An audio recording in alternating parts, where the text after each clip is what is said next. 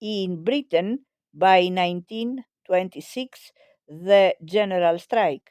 In America, by 1929, the Great Crash, followed globally in 1931 by the Great Depression.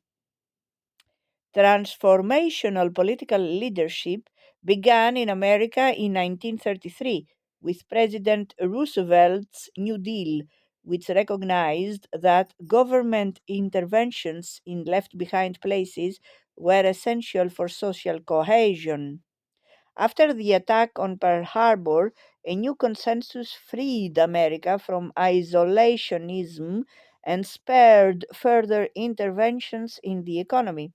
In Britain, the cohort who became adults in the 1920s but were too young for political power until the 1940s had learned from the disastrous selfishness of the powerful that they themselves would now have to make sacrifices to support social cohesion. Once at war, in both America and Britain, this cohort set to work in both government and business. In Britain, food could no longer be imported, so scarcity was handled by rationing, with everyone entitled to the same amount of food despite it being a time of war. Working class people ate better. National nutritional standards actually rose. Both that and the New Deal were contributive justice in action. This is the precise antithesis of the mounting deaths of despair currently happening in the left behind communities of America during a period of rapidly rising national affluence.